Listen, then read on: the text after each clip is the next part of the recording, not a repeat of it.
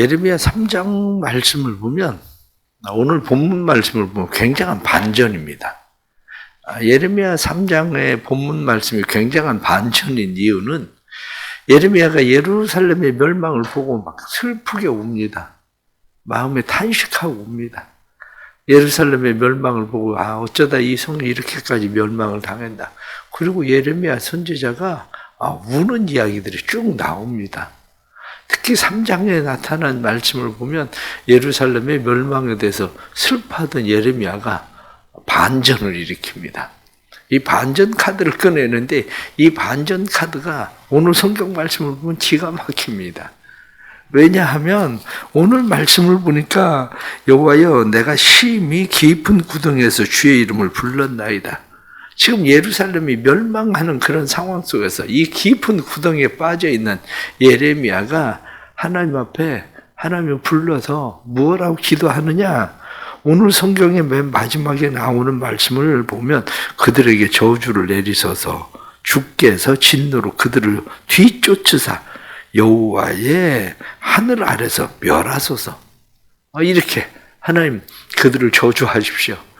그들을 멸해 주십시오. 아니 지금 멸망을 당해가지고 뭐 아무것도 남지 않은 그런 상황이 되어버렸는데 그런데도 불구하고 하늘 아래서 하나님 그들을 뒤쫓아가셔서 그들을 싹쓸이 해야 됩니다. 멸망시켜야 됩니다.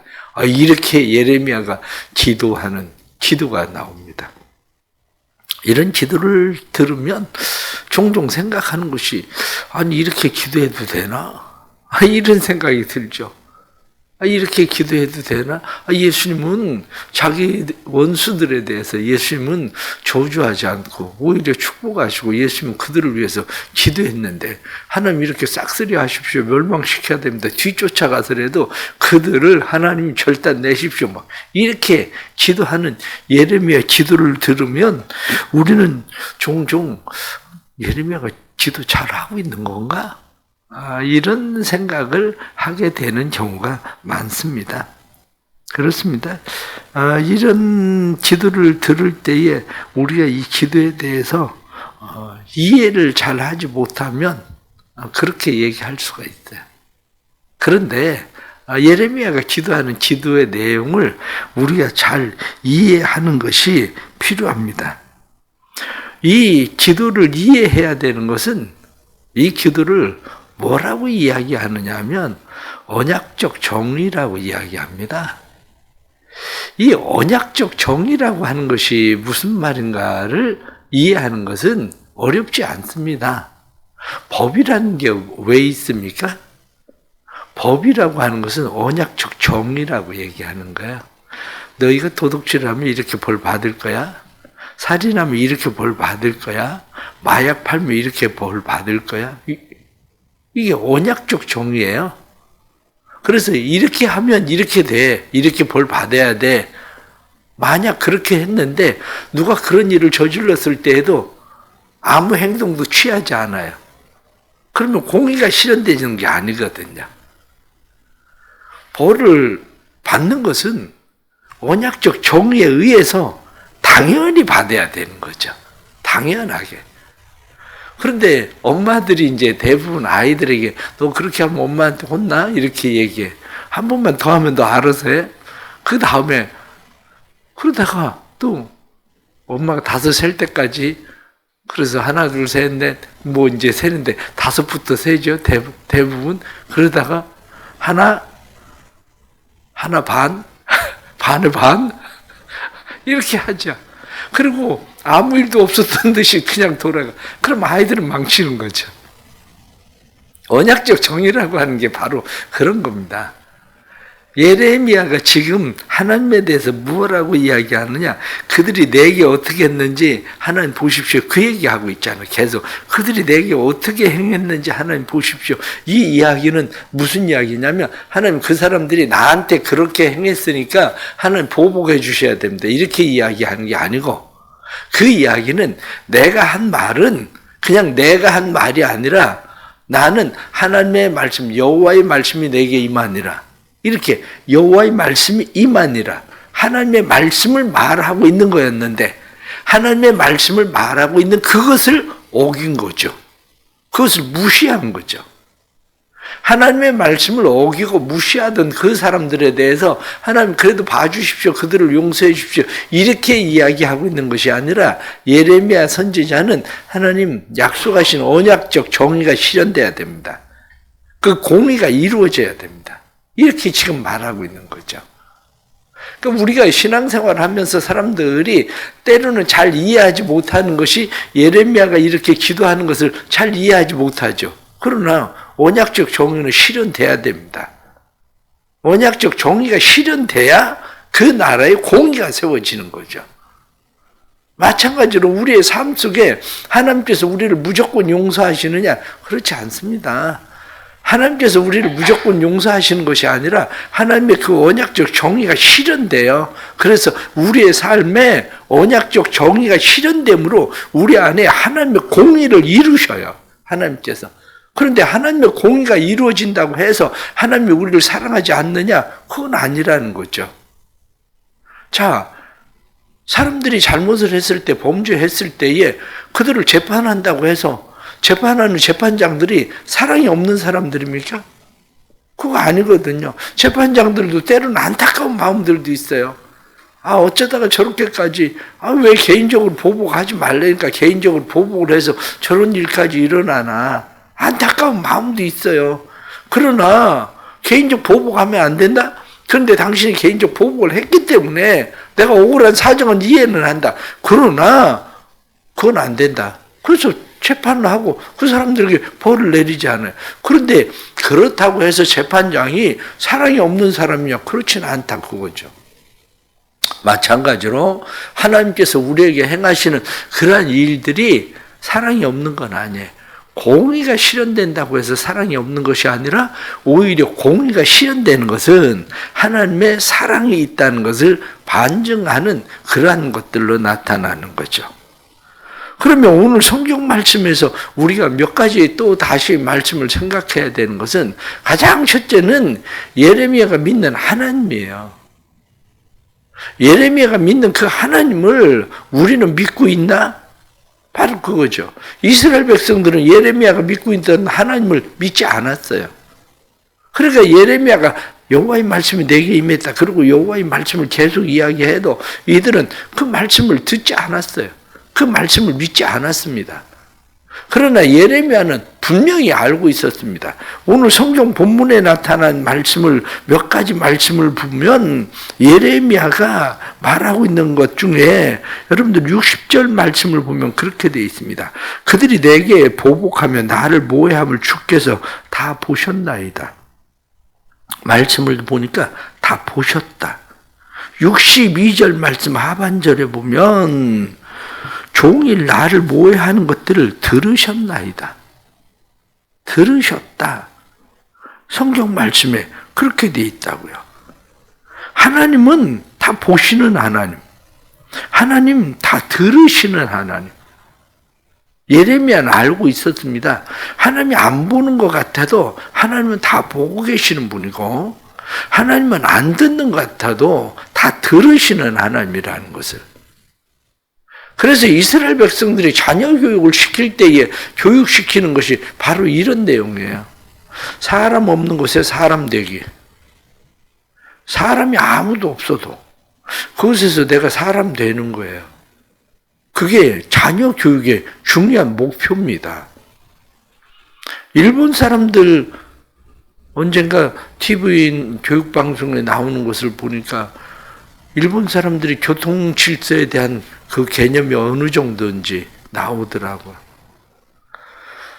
차가 다니면서 빨간 신호등 들어올 때 사람들 아무도 없는 그런 시간에, 차도 다니지 않는 그런 시간에 차들이 서 있는지 안 서 있는지, 차도 오지 않고 사람도 없는데 사람들이 교통신호를 지키고 횡단보도로 건너가는지 안 건너가는지 그게 나오더라고요.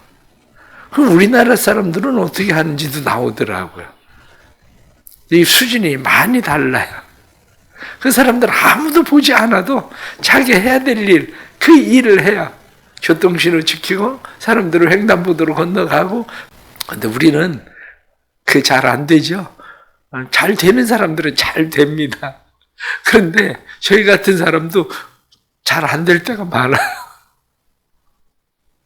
그런데 이게 뭐냐? 사람 없는 곳에 사람 되는 거거든요. 아무도 보는 사람 없어도 보는 분이 계시다. 아무도 듣는 사람 없어도 듣는 분이 계시다. 이런 거거든요. 그러니까 예레미야는 분명하게 알고 있었습니다. 하나님 다 보고 계시죠? 하나님 다 듣고 계시죠? 그렇게 예레미야는. 그래서 예레미야는 그것을 뒤에 무엇하고 이야기하느냐? 하나님은 보고 계시는 분, 듣고 계시는 분, 그것으로만 예레미야는 이야기하는 것이 아니라 하나님은 50절에, 58절의 말씀을 보면 주여 주께서 내 심령의 원통함을 풀어주셨고 내 생명을 속량하셨나이다. 하나님은 보고 들으시는 것만이 아니라 하나님은 원통함을 풀어주시고 속량하셨다, 구속하셨다, 구원하셨다, 값을 지불하셨다. 이런 이야기죠. 하나님은 그것을 다 보고만 있는 것이 아니라 하나님께서는 그 일에 대해서 원통한 사람은 원통함을 풀어주시고 하나님은 그들을 그곳에서 건져주시는, 그래서 이 59절 말씀에도 다시 보면 여호와여 나의 억울함을 보셨사오니 나를 위하여 원통함을 풀어주옵소서. 억울하십니까? 억울해도 우리는 믿는 분이 있단 말이죠. 내가 억울함을 당했어도 믿는 분이 계시는데 그분이 누구냐면 우리의 원통함을 보시는 분. 원통함을 보는 것뿐만 아니라 원통함을 풀어주시는 분. 그 하나님을 우리는 믿는다고요. 하나님을. 그뿐만 아니라 뒤에 나타난 61절 말씀 보면 그들이 나를 비방하며 비방했다. 뒤에 나타나는 63절 말씀에 보면 그들이 앉으나 서나 나를 조롱하여 노래하는 것을 주목하여 보옵소서. 조롱했다. 조롱하면서 노래했다. 그것을 마치 노래처럼 그들이 행했다. 64절 말씀 보면 여호와여 주께서 그들의 손이 행한 대로 그들의 손이 행하는 일들을 하나님 보셨다. 그런데 하나님 보응하십시오. 이렇게 얘기하는 거죠. 예레미야는 갚으시는 하나님을 봤습니다. 갚으시는 하나님. 여러분, 오늘 성경 말씀을 반대적 개념으로 생각을 해보십시오. 그들이 행한 나쁜 일도 하나님 보셨어요. 그렇다면 그들이 행하는 선한 일도 하나님 보실 거예요. 마찬가지로 우리가 행하는 나쁜 일들도 하나님 보세요. 그러면 우리가 행하는 선한 일도 하나님이 보십니다. 성경은 그것을 무엇라고 이야기합니까? 너희가 선을 행하다가 낙심하지 말지니 때가 이름에 거두리라. 그런 말씀합니다. 너희의 수고가 주 안에서 헛되지 않은 줄 알미라. 그렇게 말씀하셔요. 우리의 모든 행위를 하나님의 행위록에 하나님이 기록하셨다. 하나님의 기념책에 우리의 일들을 기록하셨다.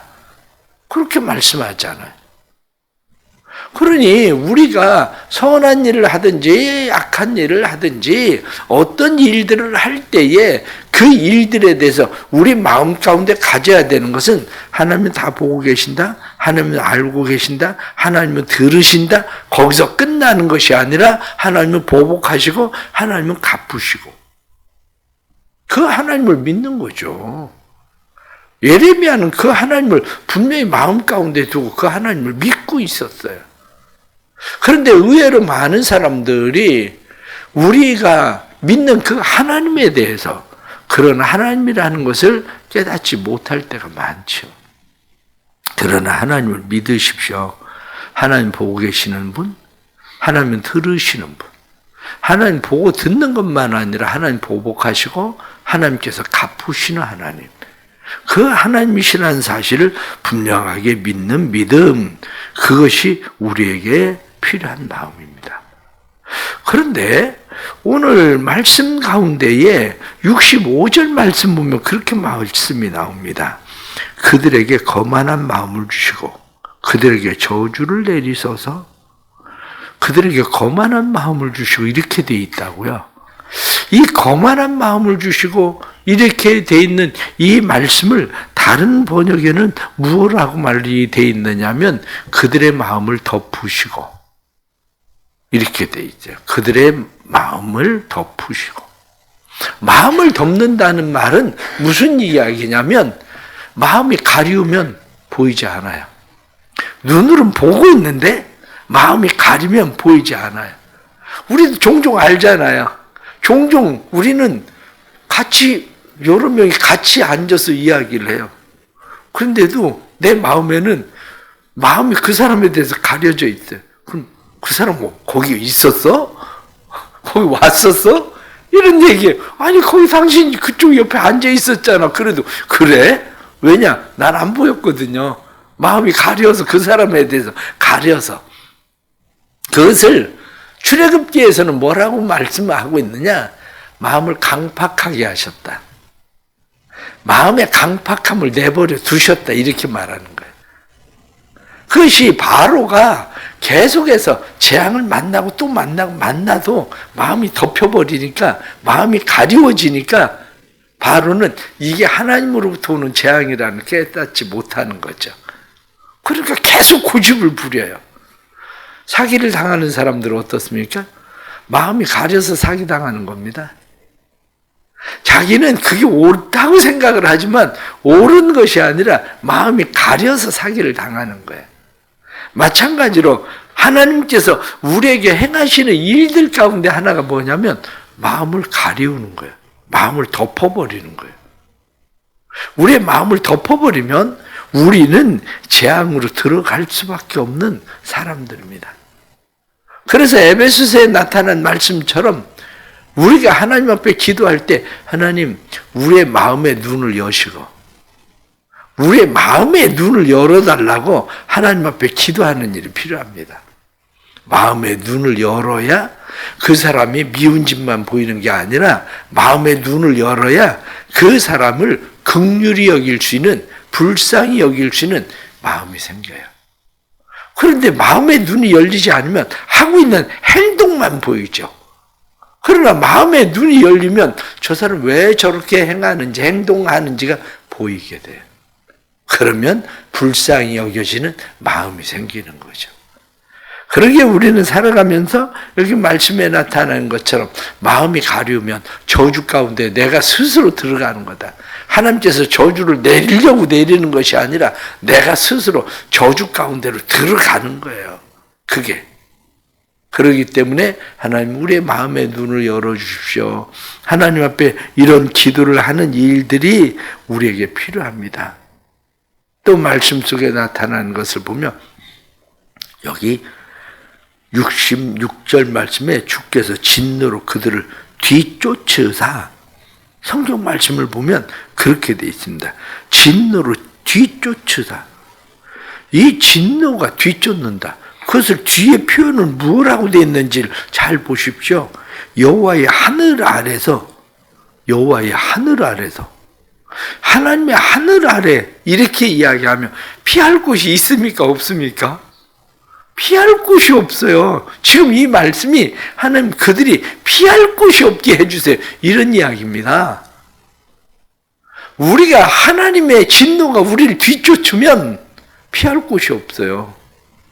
하나님께서 작정하시고 하나님께서 분노로 우리를 뒤쫓으시면 피할 곳이 없는 것은 요나를 보세요.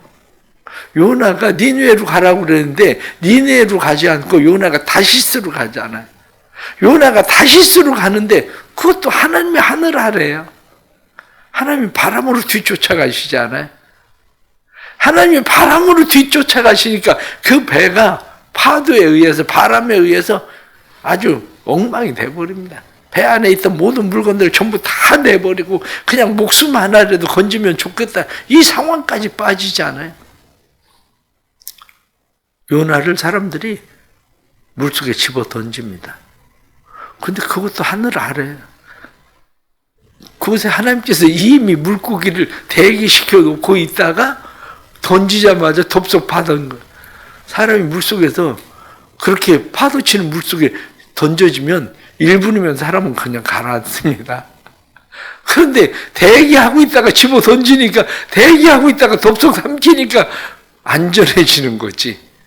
하나님을 피할 곳이 없다는 거예요. 여기 성경 말씀에 보면 하늘 아래서, 하나님의 여호와의 하늘 아래, 그렇습니다. 우리는 여호와의 하늘 아래 사는 사람들입니다. 하나님을 피할 곳도 없지만 하나님이 보시지 않는 것도 없는 거예요. 그래서 우리가 하늘 위에 올라가서 자리를 펼지라도, 음부에 내려가서 자리를 펼지라도 하나님이 우리를 보시고 우리를 아신다. 성경이 그렇게 말씀하는 거죠. 오늘 본문에 나타나는 이런 말씀들을 쭉 보면서 우리는 내가 믿는 하나님은 누구신가? 결론적으로 말씀을 드리면 예레미야가 믿는 하나님에 대해서 예레미야는 57절에 그렇게 말씀합니다. 내가 주께 아랫날에 주께서 내게 가까이 하여 이르시되 두려워하지 말라 하셨나이다. 내가 주께 아랫날에. 기도는 왜 하십니까? 하나님 보시는 분이기 때문에, 하나님이 아시는 분이기 때문에, 하나님이 들으시는 분이기 때문에 기도하는 겁니다. 그런데 예레미야는 보시고 아시고 들으시는 그 하나님께서 내가 기도하는 날에, 내가 아랫날에 주께서 가까이 하셨다. 기도하십시오. 그러면 하나님이 가까이 하십니다. 기도하십시오. 하나님 응답하십니다. 기도하십시오. 그러면 하나님 가까이 오셔서 말씀하셔요. 두려워하지 마라. 염려하지 않아도 돼. 내가 너를 알아. 내가 너 책임질게. 하나님의 이 음성이 들리면 걱정할 게 뭐 있습니까? 두려워할 게 뭐 있습니까? 보시고 아시고 모든 것을 아시는 그 하나님께서 두려워하지 않아도 돼. 여기 예레미야는 두려워하지 말라 하셨나이다. 그렇게 말하잖아요. 기도하는 사람들이 이 하나님의 은혜를 만나야 됩니다. 우린 그래서 기도하는 겁니다. 그냥 5만 시간 기도한다고 우리가 온 교인들이 나서서 기도하고 있지만 기도하면서 이 하나님을 만나야 돼요. 내가 아랫날에 하나님께서 내 기도 들으셨습니다. 내 기도에 응답하셨습니다. 내 기도를 갚으셨습니다. 이 하나님을 만나는 것, 이게 예레미야가 만나는 하나님이라는 거죠. 우리의 삶에도 예레미야가 만난 이 하나님을 만나는 은혜와 축복이 있기를 바랍니다. 여러분들이 주 안에서 행한 모든 일들 헛되지 않은 줄 믿고 믿음으로 주님 안에서 행하는 일들, 때로는 시간을 드리고 물질을 드리고 사랑을 드리고 정성을 드리고 그 모든 것들 주님이 기억하신 바 되는 은혜의 삶이 일어나기를 간절히 바랍니다. 기도하겠습니다. 하나님 아버지, 또 새벽에 이렇게 나와서 기도합니다. 하나님은 보시는 하나님, 하나님은 들으시는 하나님, 하나님은 보고 듣고 다 아시는 하나님. 그래서 하나님은 보복하시는 하나님, 하나님은 응답하시는 하나님, 하나님은 가까이 오셔서 두려워하지 말라 말씀하시고, 하나님은 우리를 속량하시는 하나님, 예레미야가 믿는 그 하나님을 우리도 믿게 해 주옵소서. 예레미야가 믿는 하나님을 만나게 해 주옵소서. 그래서 우리의 인생의 삶 속에 예레미야의 그 하나님이 우리의 삶에 놀라운 은혜의 하나님 되도록 도와주옵소서. 우리는 다 여호와의 하늘 아래 사는 사람들입니다. 여호와의 하늘 아래 사는 사람들이 어디를 피할 데가 있겠습니까? 하나님의 눈으로부터 피할 곳도 없고 우리는 하나님의 손에서 벗어날 곳도 없습니다. 하나님, 우리를 붙들어 주옵소서. 주의 강한 손, 주의 능한 손으로 붙들어 주셔서 하나님의 손에 온전히 거하도록 우리를 만들어 주옵소서. 그래서 사랑하는 주의 백성들, 예레미야처럼 하나님 앞에 기도하는 기도들이 하나님의 언약적 정의가 실현되어지는 그러한 기도들 되게 해주시고, 하나님께서 우리에게 공의를 행하심이 단순히 하나님의 진노의 공의만 아니라 그 안에 하나님의 사랑이 담겨 있음을 깨달아 알게 해 주옵소서.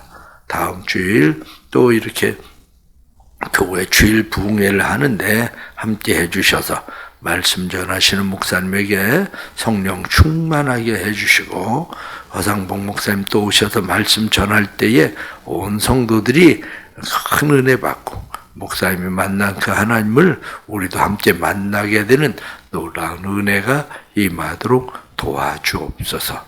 새벽에 나와서 감사하며 예물 드립니다. 믿음으로 드리는 예물에 은혜 주시고 사랑하는 딸의 생일을 감사하며 예물 드립니다. 마음에 믿음 심어주시고 하나님의 자녀로 평생 살아갈 수 있도록 하나님의 아름답게 세상에 보내신 하나님의 뜻이 이루어질 수 있도록 은혜를 더하여 주옵소서. 드려지는 1000번째 예물에 은혜 주시고 1000번째 예물에 하나님의 나라가 온전히 세워지는 마음의 소원이 성취되도록 축복해 주옵소서. 예수님의 이름 받들어 기도드리옵나이다. 아멘.